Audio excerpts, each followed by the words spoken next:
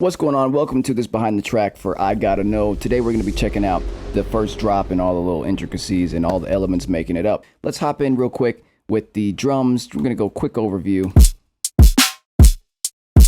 Basic drum pattern here, written in with an Ableton drum rack. These are my drum samples here. Bam, bam, bam, bam, bam, bam, bam. And the new snare. Very nice snare. Like that snare. We have the 808. Sounds like this. Now, what's making up the 808 here? So we've got a utility to control volume. Anytime you see a bunch of utilities on here, I'm using them for one of two reasons: to control volume at different points in time or overall volume, or to control stereo width or mid-side width, right? Focusing more mono or focusing more stereo. All right, so that's when you see these, because I don't want to keep saying this is for that. When just know this is for that. All right. And next up, we've got an EQ just to take out some frequencies that I didn't want and boost the ones and boost some frequencies that I did want. Next, we've got the sidechain compression. Sidechain in here, everything is to the kick, minus 47 dB, which ends up getting me a gain reduction of minus 20 dB every time the kick hits at a very quick release time of 24.8 milliseconds at a 2-to-1 ratio. Play that with the kick with the drums here. Really nice, right? Very quick. Now, and you'll notice here, if I move the release time up, see, when I move it to 582 milliseconds, look how long it takes. When it ducks, it stays quiet like that, and we don't want that.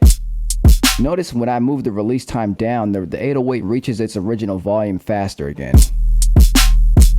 That's the point. It's punchy. This is trap music. I need it to come through. I need it to be boom. I need it to thump. I need it to hit, and that's what's going to give you that illusion of it doing that, all right? That very quick release time. Not too quick, but pretty quick, right? Now, moving into the saturator. Without the saturator, with the saturator. Volume, girth, and a little bit of definition on a medium curve, right? Only play around with your medium curves or your hard curves. Here's hard curve. Really, really nasty. Goes too wild. That's buck wild right there. So go to medium curve. If you're looking for a very aggressive in-your-face 808 with a lot of harmonics and a little bit less low end, then go with a hard curve. It'll give you really funky type of basses.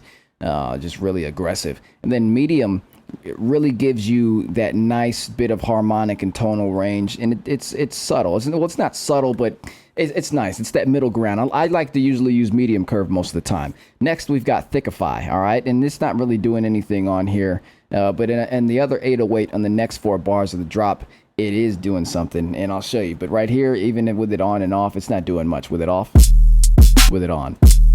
You can't even tell. It's very, very subtle. What's really making this 808 pop is Cymatic's Diablo. Without Diablo, with Diablo. Now, if we open up Diablo, what's actually going on here? I talk about this all the time, but maybe this will sort of shed some light here. I'm using a little bit of sizzle. The sizzle really, I'll turn these parameters up so you can really hear what they're doing. Let me make sure this is at 27. Okay, cool. So I can undo it. So I'm going to turn the sizzle all the way up. Listen to what it does. It's the sizzle. So a little bit of sizzle, a little bit of clip, turn up. Whoa, that's crazy. That's like turning the saturation to hard curve, right? That gives you that hard curve characteristic. Only needed a little bit of it, 12. Magnitude is your dry wet. A little bit of body. And punch, a little bit of punch. Now, what's really making the magic here is this 3-band EQ that's in Cymatic's Diablo. It's wild, okay? I can boost the lows, I can boost the mids, and I can boost the highs. Boost or duck, right?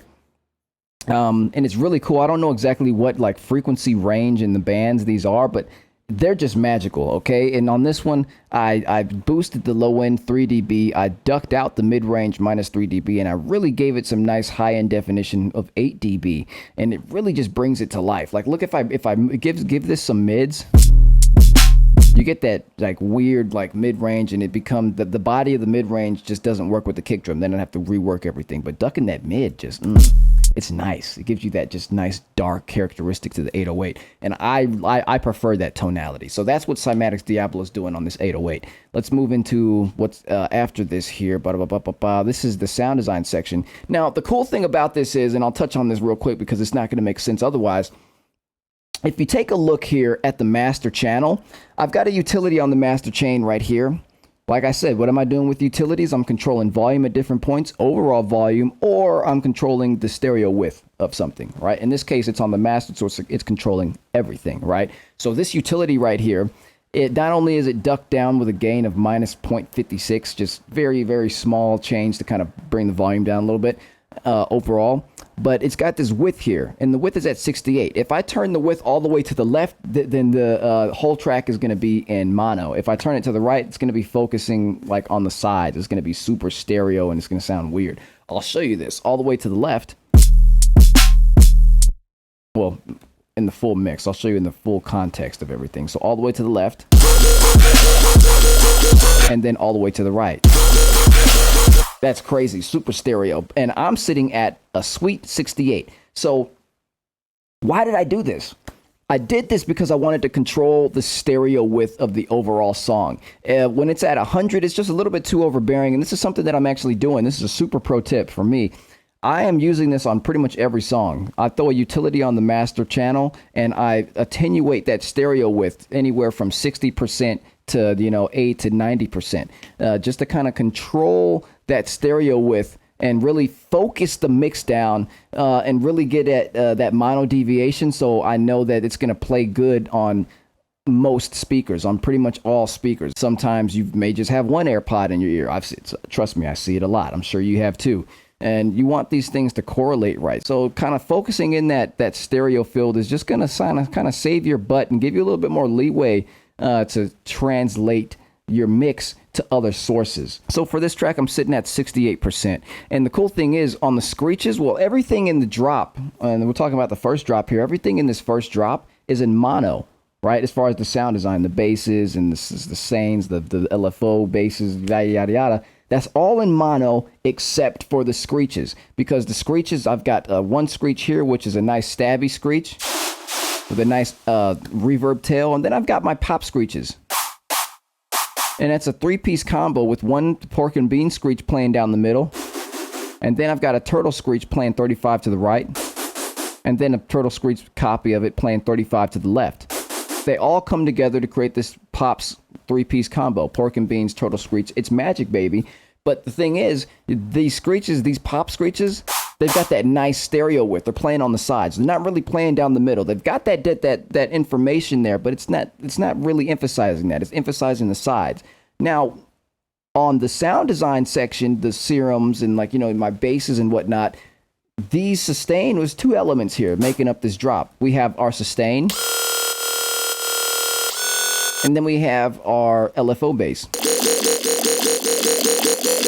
And what do you notice about those?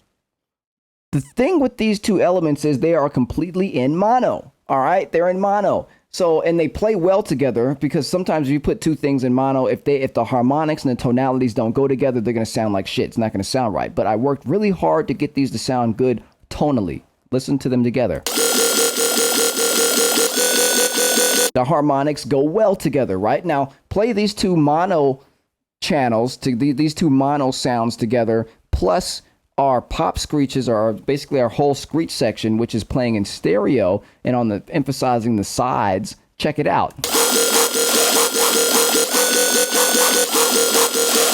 You have this whole thing, this whole characteristic that plays nicely together. The screeches are emphasizing the sides and hugging the sides, and then you've got your sustain and LFO bass playing right down the middle. But it creates this nice dichotomy here that creates a nice stereo field, right? So and then nothing is competing for space in the mix down, right? And then the drums sort of ground everything together. It's the glue. So that's the whole point of this. And then that in combination with the stereo field on the master utility here being cut down to 68% really makes a difference. If we put that to 100, back to 68, I'm going to slide it from 100 to 68 so you can see if you can see the difference. We're at 100 now. I'm going to go to 68 very slowly. It's very subtle. It might take a trained ear, but that 68% is really doing magic here. All right. Now let's move into how these sounds are made here. All right. So we'll talk about the LFO bass. What's going on the LFO bass? We have our utilities. I'm not going to. What are the utilities for? There's 3 things. All right. Like I said, this is the last time I'm going to say it for sure. Controlling volume at different points in the song, controlling overall volume for an element, or controlling the stereo width of an element. All right, that's what these utilities are for. Now, the EQ. I use the EQ to sculpt the sound. All right, I'm going to high cut it, I'm going to low cut it, I'm going to notch out frequencies that I don't like, or I'm going to boost up frequencies that I do like. In this case, it's a lot of notching. I took out a lot of frequencies that I do not like. Like, for instance, band 7. Let's see what I took out. That's a disgusting frequency. Let's take a look at band 8. That's disgusting. Definitely had to take that out. That's the point of notching out frequencies, all right? You take these frequencies out so it cleans up the sound, and that in turn cleans up the mix, and that in turn gives you headroom within your mix, and that in turn declutters, demuddies the whole thing, and gives you a nice, clean, professional result, all right? Very important. Now, overdrive just gives you nice definition, volume, and girth, all right? Without it, with it. Gives you a little bit of a distortion too. It's really cool. All right, let me cut this out. Then lastly, we have kickstart, and it's doing an eighth note LFO pattern here just to sort of emphasize the bum bum bum bum bum bum bum bum. It's very, very subtle. Without it, it's a little bit more straight, right? And I really wanted to sort of very slightly emphasize that eighth note pattern, right? So that's what that's there for, just slight emphasization. And now let's take a look at the serum patch itself, right? Inside of the serum patches, it's my classic combo for the most part, okay? I took Anomorph, which is a custom wavetable from my library here that, like, it might have been from a sample pack wavetable. I've got all this shit that are custom ones and then stuff from sample packs. It's crazy, all right? It's a lot of stuff. So we've got that for oscillator A with a basic shapes analog section, basic shapes for oscillator B, second basic shape with an FM from B combo. I was using a comb filter, but that took away the harmonics. See that? Now it's gross. Now without it, nice. All right. So I ended up taking that comb filter off. But other than that, it's my classic sort of like blueprint here. And then what's making it go wow, wow, wow, wow? That's LFO1. LFO1 is doing an eighth note LFO rate here, and that's modulating the FM from B, right? So that's changing. It's modulating the wavetable, the positioning of the FM from B on oscillator A, and that gives us this. And then in the effects section is just a compressor. Throw the multiband option on, throw the threshold back, gives you volume, definition, and girth. That's the LFO bass for you. Now let's move into the sustain. Even simpler, right? I got the utilities for you know what. I got the EQ for you know what. And then I've got the overdrive for you know what. And then I've got the sharing tool, which is we're gonna talk about in part 2 of this. That's for the second drop, and then an auto filter for the second drop for specific stuff. Now let's take a look at the sound itself here. This is the sustain. So in the sustain here, it's basically another wavetable from my library with a oscillator B basic shape, second basic shape combo with an FM from B with a comb filter. This is the blueprint to the T with a basic sustain ramp on LFO1 at a 2-bar rate. Literally, this is every TikTok ever, right? And on the effects section, the compressor multiband is on, throw the threshold back for volume, girth, and definition, all right? And it's just the LFO1 is modulating the volume of oscillator A, the volume of oscillator B, and it's modulating the position of the FM from B, all right? And that's why it's getting that wah. Really, really cool, really basic as well. So that's the sustain. Now let's move into the second 4 bars of the drop here.